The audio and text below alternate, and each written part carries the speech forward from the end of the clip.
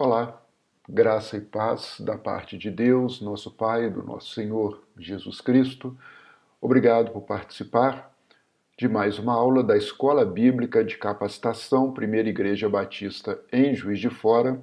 Eu sou o professor Paulo Henrique Silva e você pode seguir todas estas aulas apontando a câmera do seu celular para o QR Code que está aqui no seu vídeo e assim ter a série à sua disposição para estudar, conhecer e prosseguir em conhecer a palavra do nosso Deus. Também você pode acessar por este outro QR Code mais estudos bíblicos que irão edificar a sua vida espiritual e também acompanhar as publicações no meu site www.profpaulohenriquesilva.com. Será um prazer ter a sua companhia. As nossas aulas estão focadas no livro de Atos dos Apóstolos. O tema para este estudo, tema que nós identificamos como sendo representativo do estudo do livro de Atos, é o Espírito Santo e a expansão da Igreja, acompanhado do versículo-chave, a divisa do estudo, que está em Atos capítulo 1, verso 8, mas recebereis poder, ao descer sobre vós o Espírito Santo, e serão minhas testemunhas, tanto em Jerusalém, como em toda a Judéia e Samaria e até os confins da terra.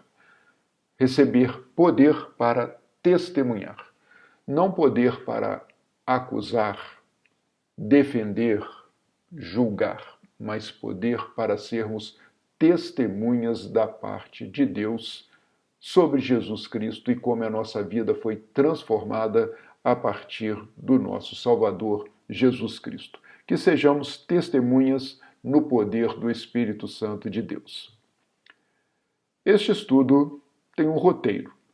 Começou primeira fase, dos capítulos 1 até o 7, mostrando a expansão da igreja, o crescimento e o poder do Espírito Santo em Jerusalém e na Judéia. De 8 a 11, já observamos Samaria e Antioquia da Síria, e a partir do capítulo 13 até o 28, estamos estudando os confins da terra, as viagens missionárias de Paulo. Fechamos recentemente a segunda viagem missionária, quando Paulo tem uma estada curta em Éfeso, mas se compromete a voltar àquela cidade, segue para viagem marítima, Cesareia, de Cesareia provavelmente foi até Jerusalém e finalizou a viagem, a segunda, em Antioquia da Síria. Na sequência, Paulo inicia a sua terceira viagem missionária, objeto do nosso estudo, de Atos 18, 23 até 21, 16. Ao final, estudaremos ainda a viagem para Roma. No momento, o nosso ponto focal é a terceira viagem missionária. Então, vamos viajar? Vamos fazer missões até os confins da terra, a exemplo de Paulo.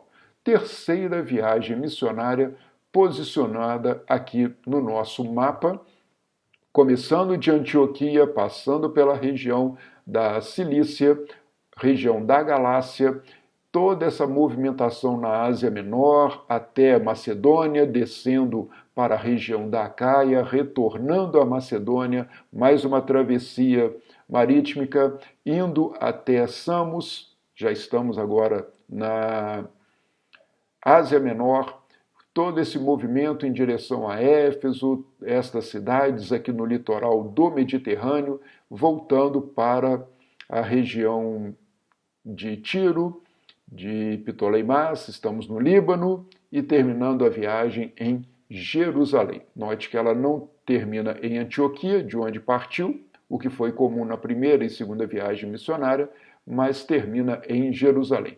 Todo este roteiro estamos percorrendo juntos.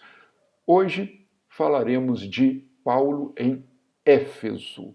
Paulo em Éfeso, esta é a proposta do nosso estudo de hoje. Então, a cidade de Éfeso, vamos caracterizar histórica, geopoliticamente, a cidade de Éfeso e colocá-la à sua disposição para o entendimento deste estudo. A começar, Éfeso, 1000 anos antes de Cristo, 1000 anos antes de Cristo já era povoada aquela região, já havia ali uma comunidade instituída pelos gregos jônios. Se formos um pouco mais adiante, e agora chegarmos no período romano, por volta de 133 a.C., a cidade, dada a sua importância, foi considerada relevante para Roma e, na sequência, admitida como a capital daquela região conhecida como Ásia Menor, uma província romana, onde Éfeso tinha o seu grande destaque, uma cidade relevante. A província da Ásia Menor, ela para Roma tinha uma função estratégica, ela estava associando ali regiões importantes do Império Romano e ainda banhada pelo mar Mediterrâneo e pelo mar Egeu. A cidade de Éfeso, conhecida pelo paganismo, conhecida pelo templo de Diana ou templo de Ártemis, foi considerada uma das maravilhas do mundo antigo, e muitos cultos ocorriam a diversos deuses naquela cidade. Também a cidade de Éfeso era reconhecida como uma cidade cosmopolita, pujante, estamos falando naquela época algo como 250 mil habitantes, talvez até 300 mil habitantes, uma cidade que estava estrategicamente posicionada entre a Ásia e a Europa, também banhada ali, rios próximos, estradas, uma cidade de localização estratégica para o Império Romano e também para o desenvolvimento do cristianismo no primeiro século. Hoje, as ruínas de Éfeso situam-se na Turquia. Conhecemos hoje, o país, a Turquia. Para vermos um pouco melhor isto, é importante recorrermos a um mapa. Vamos posicionar aqui para você melhor este mapa, mostrando a Grécia, logo aqui ao norte a região da Macedônia, vejam Tessalônica, Atenas, capital da Grécia, aqui a região da península do Peloponeso e a Turquia, o mapa dos dias de hoje, aqui a Turquia, a Síria, o Líbano, bem aqui no litoral, e mais ao sul, Jerusalém, no estado de Israel. Bom, aqui está o mar Mediterrâneo, cidades importantes da Turquia, Konya, lembro-se de Icônio, Ankara ou Ankara, a capital da Turquia, Istambul, Bizâncio, Constantinopla e hoje Istambul, a cidade tão importante historicamente, a maior cidade em termos de população na Turquia. Também vemos aqui Esmirna, Izmir e a região onde situava-se Éfeso. Este é o mapa atualizado para você ter uma ideia da relevância da geopolítica desta região. Aqui está o Mar Egeu e aqui o Mar Mediterrâneo e já chegando até a Europa. Então, a Ásia e a Europa sendo aproximadas por esta região ali entre a Turquia e a Grécia. Bom, estamos num momento importante para esse estudo, preparando esta aula hoje, nos dias 30 e 31 de outubro de 2020. Esta aula será disponibilizada no dia 1º de novembro de 2020 e justamente no dia 30 de outubro, foi noticiado um terremoto no mar Egeu, terremoto sentido na ilha de Samos, na ilha grega de Samos, chegando até o litoral da Turquia. Relatos de mortos e feridos, talvez chegando a um número muito impressionante de pessoas, tanto nas ilhas gregas quanto ali no litoral da Turquia, que foram abaladas por esse terremoto. Um terremoto que atingiu a magnitude próxima a 7, terremoto este que se iniciou no mar, mas que todas as suas ondas de choque se aproximaram e reverberaram em terra, causando prejuízos importantes e o mais relevante de tudo isto, provocando naquela região mortes e muitos feridos, centenas de feridos. Aqui está o epicentro do terremoto, aqui mostrado bem próximo à ilha de Samos, que Paulo passou, né?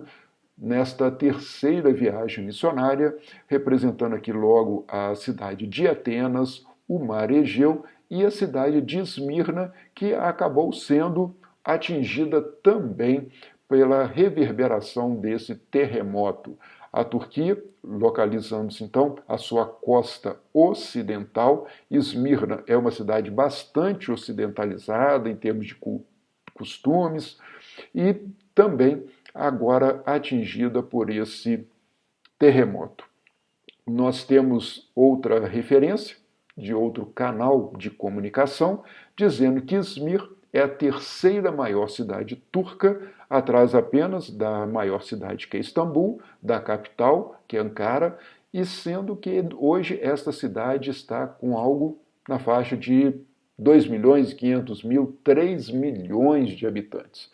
A cerca de 60 quilômetros da cidade se encontram as ruínas de Éfeso, consideradas patrimônio da humanidade pela Unesco. Então falamos aqui de duas cidades que inclusive fazem parte das igrejas do Apocalipse, né? Tanto Esmirna quanto Éfeso, uma das 7 cidades do Apocalipse, Éfeso, e também acompanhada de Esmirna, e nesta região temos as ruínas daquela cidade. É um momento importante, momento em que nós podemos, nesta aula, orar por aquelas pessoas que estão em sofrimento. Faremos isso juntos agora, ok? Oramos, Senhor, para vos dar graças, para render-vos glória, louvor e adoração, que somente a Ti são devidos.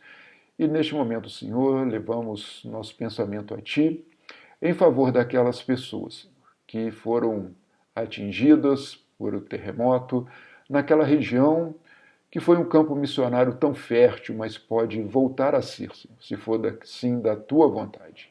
Nós oramos pelas famílias enlutadas, pelas famílias em sofrimento, pelas pessoas que precisam do alcance da Tua misericórdia, também pelos socorristas, pelas autoridades, e que, Senhor, este fenômeno não volte a causar mal naquela região, se for assim, segundo a Tua vontade. Nós colocamos a nossa oração no Teu templo de graça, no Teu altar, pelo nome santo de Jesus. Amém. Prosseguindo, Éfeso, ruínas de Éfeso, patrimônio da humanidade, pela Unesco.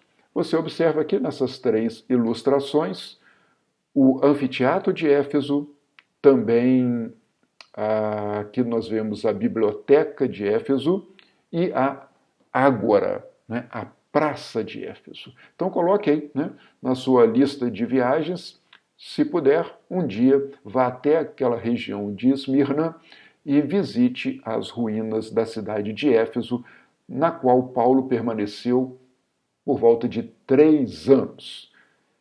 Inclusive escreveu para Éfeso uma carta, após ter ali estado, ele escreve uma carta para Éfeso. Essa carta é escrita durante o seu período da prisão em Roma, é uma das cartas da prisão.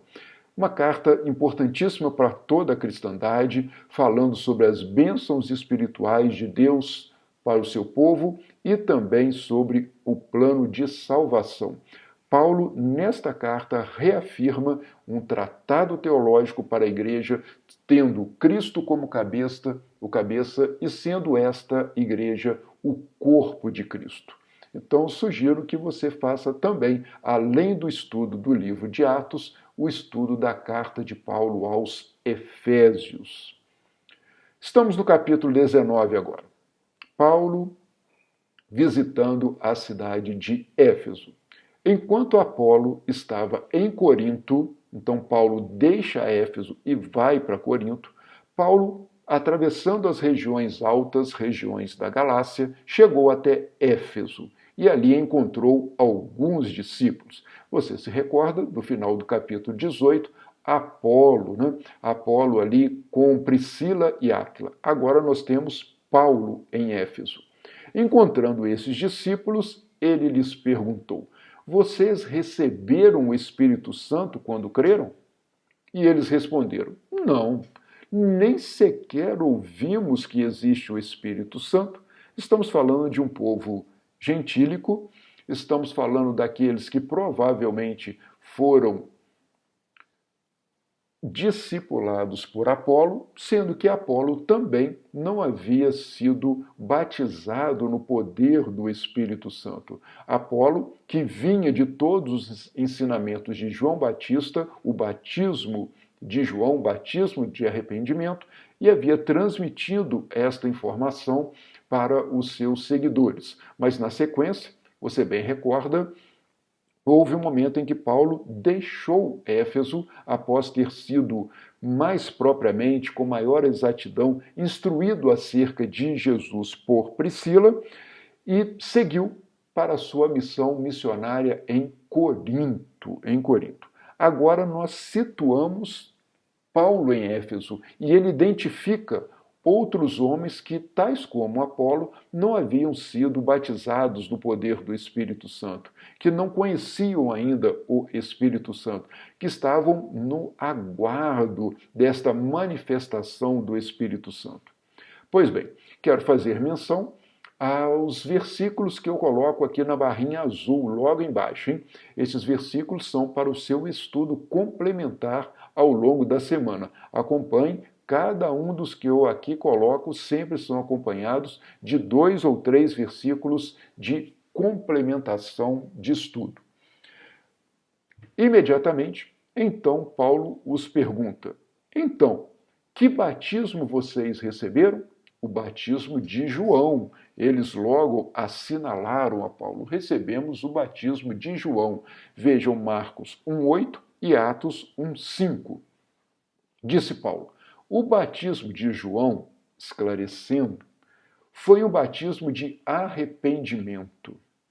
Ele dizia ao povo que cresce naquele que viria depois dele, isto é, que o povo cresce em Jesus. Aquele era o primeiro momento, era um momento de transição do Antigo Testamento para o Novo Testamento, mas sempre apoiando-se no arrependimento para o perdão dos pecados e crendo naquele que nos traria a salvação, Jesus, e na sequência derramaria sobre todos os povos o Espírito Santo de Deus. Acompanhe Marcos 1:4 e Marcos 1:7. Pois bem, esse batismo que Paulo agora esclarece àqueles homens que ele encontrou em Éfeso, provém do arrependimento, o batismo de João, e provém também de um batismo do Espírito Santo, a partir do qual é derramado poder sobre os crentes. E este poder, ele vem para quê? Para que nós sejamos testemunhas. Portanto, 2 momentos do batismo: o batismo do arrependimento, apregoado por João, preparando o caminho do Senhor no deserto, aquela voz que clamava, preparando, aplainando o caminho para o Senhor, trazendo aos homens a importância do arrependimento para o perdão dos pecados. Na sequência, vindo o Senhor, o Salvador, o Senhor Jesus, e derramando sobre nós, ao retornar aos céus, derramando em Pentecostes o poder do Espírito Santo.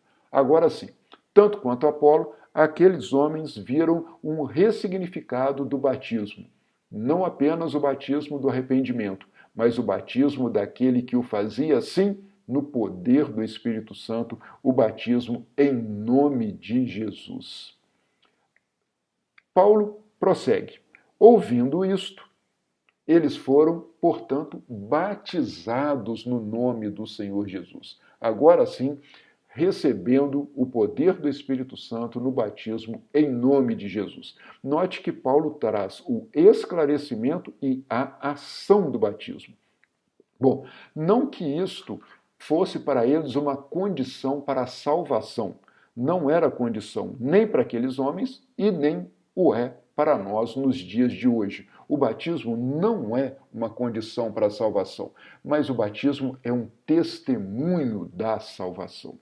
Portanto, isso era muito importante já naquela época e também é assim para nós no ambiente da congregação, no ambiente da igreja, ainda que a salvação não seja dependente do batismo. Mas o batismo do Espírito Santo, este é uma forma única, exclusiva, suficiente de recebermos o Espírito Santo de Deus. E assim ocorre de uma só vez. Veja Mateus 18, 19 e também Atos 2, 38.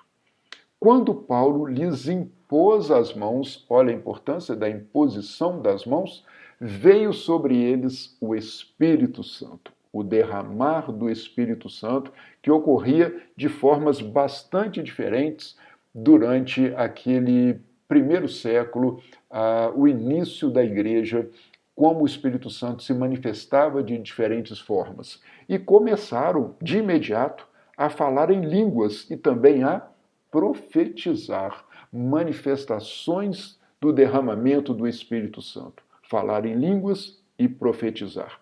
Estas duas manifestações são obrigatórias? Não. Elas eram obrigatórias naquela época? Também não. Elas são hoje uma garantia do derramamento do Espírito Santo? De igual forma, não. O Espírito Santo manifesta de acordo com o seu propósito, com a sua vontade, no tempo e na forma que ele entender, que ele decidir, porque o Espírito Santo é uma pessoa e o Espírito Santo se manifesta de acordo com a vontade de Deus e não com a nossa vontade. E esse testemunho é a nossa própria vida, a nossa vida cristã.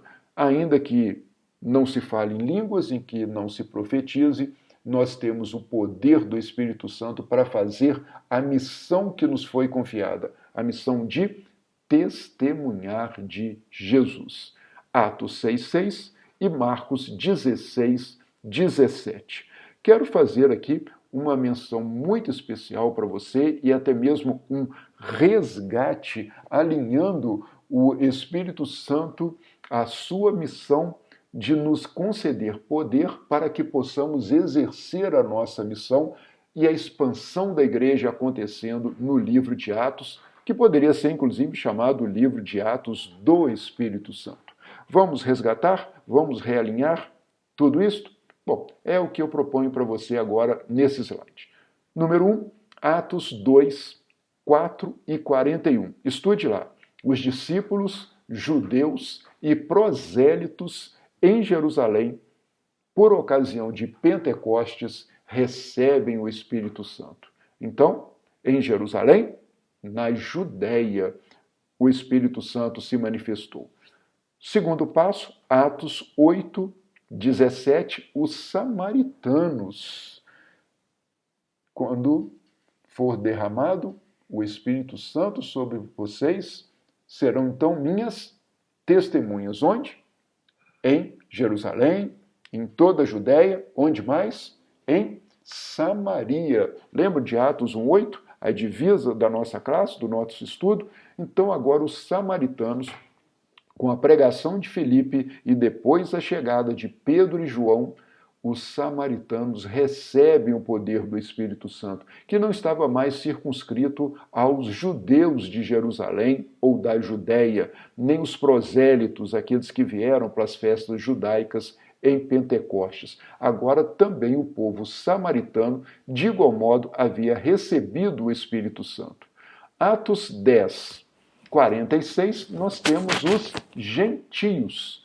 Agora sim, gentios romanos em Cesareia, família de Cornélio, sendo alvo do poder do Espírito Santo, descendo sobre eles, tal como aconteceu com os judeus e os samaritanos, também os romanos, também os gentios em Samaria receberam o poder do Espírito Santo. E vemos agora em Atos 19:6, os gentios em Éfeso, os discípulos, agora sendo batizados por Paulo no poder do Espírito Santo, de igual modo recebem o Espírito Santo de Deus. Notem que falar em línguas e profetizar não ocorreu em Samaria. Não era um fenômeno comum nem mesmo naquela época. Sim, em Pentecostes, também os gentios falaram em línguas em Samaria, também em Éfeso, em Cesareia, também em Éfeso, mas em Samaria não. Portanto, não associe, não crie aí uma relação de necessidade de falar em línguas e de profetizar para que o Espírito Santo de fato tenha se manifestado. São condições próprias do Espírito. Nós recebemos o dom do Espírito Santo, nós devemos viver nos frutos do Espírito Santo, nós devemos andar conforme o Espírito Santo de Deus e deixar que ele manifeste o seu poder para que possamos, em Jerusalém, em toda a Judéia e Samaria e até os confins da terra, proclamar que Jesus é o Senhor. Paulo, em Éfeso, logo de início, como era do seu costume, entrou na sinagoga. E ali falou com liberdade, durante 3 meses, argumentando de maneira convincente, por meio da palavra, acerca do reino de Deus. Que Deus havia se manifestado pelo seu Filho, se revelado por Jesus, e que não estava ali tratando de uma religião dos judeus, mas que ele estava apregoando o reino de Deus. Não uma religião, mas um reino, o reino de Deus. Atos 9:20 e Marcos 1:15. Mas alguns deles que ouviam judeus na sinagoga se endureceram e recusaram a crer e começaram a falar mal do caminho, nome que era atribuído aos seguidores de Jesus, aqueles do caminho. Isto diante da multidão. Paulo, então, vendo esta condição e já sabendo das perseguições que sempre advinham desse tipo de manifestação pública dos judeus contrária, desfavorável à pregação do reino de Deus, afastou-se. Tomando consigo os discípulos, passou a ensinar diariamente na escola de Tirano. Éfeso, uma cidade cultural, uma cidade onde se debatia filosofia, onde se estudava, havia um homem chamado Tirano, um filósofo, um educador que tinha um local reservado para estudo. E Paulo, então, utilizou-se desse lugar para ensinar. Hein? Que importante isso? Paulo, um grande mestre, um grande professor, ensinava escola bíblica com Paulo, direto de Éfeso, lá na escola de Tirano, visto que o ambiente na sinagoga já não era mais propício para que ele continuasse a trazer a palavra de Deus para aquelas pessoas. Então, Paulo se desloca agora para uma outra região na cidade e começa a ensinar na escola de Tirano. Atos 9:2 e 2 Timóteo 3:16 e 17. Quais foram os resultados disso? Pregação de Paulo em Éfeso, como havia acontecido já em Antioquia da Psídia. A pregação do evangelho resultou em 2 reações antagônicas, aqui representadas: o quebrantamento, aqueles que se arrependeram dos seus pecados e confessaram a Jesus como Senhor e Salvador, e aqueles que endureceram seu coração. Paulo já havia passado por esta condição anteriormente. Ele sabia que essas 2 reações eram possíveis, mas ele diligentemente não deixava de ensinar. E ele ensinava todos os dias na escola de Tirano. Conforme Mateus 24:35, passará o céu, passará a terra, porém as palavras de Deus não passarão. E Paulo apregoava o reino de Deus e levava a palavra de Deus como forma de ensino àquelas pessoas e permanecendo naquela cidade por um período aproximado de 3 anos. Então, iniciamos nesta nossa aula hoje a passagem de Paulo por Éfeso. Agora sim, nós vamos perceber, a partir da próxima aula, tudo o que aconteceu naquela cidade, quais foram os reflexos, as repercussões de todo esse tempo que Paulo permaneceu numa cidade de tamanha importância para o cristianismo. Note bem, Éfeso esteve sob os ensinos de Priscila e Áquila, sob o discipulado de Priscila, Áquila e Apolo. Éfeso recebeu Paulo, que ali ficou por 3 anos. Éfeso teve como bispo, como dirigente do cristianismo naquela cidade, como pastor daquela cidade, Timóteo. Éfeso também teve como pastor João. João escreveu suas cartas, João escreveu o seu evangelho a partir de Éfeso, uma cidade que foi destaque para o cristianismo no primeiro século. Temos Jerusalém, Antioquia da Síria e agora os holofotes do cristianismo estão sobre a cidade de Éfeso. Você quer acompanhar mais? Quer saber mais do que aconteceu em Éfeso durante essa passagem de Paulo na sua 3ª viagem missionária? Permaneça conosco. Continue acompanhando as nossas aulas. Ore, estude como Paulo todos os dias, diligentemente, e compartilhe com outras pessoas este estudo. A partir da próxima aula, veremos Atos 19, 10, a continuidade de Paulo na cidade de Éfeso. Muito obrigado pela sua participação. Obrigado pelo carinho, pelo acompanhamento das nossas aulas. Que o Senhor lhe abençoe e guarde. Obrigado. Tchau.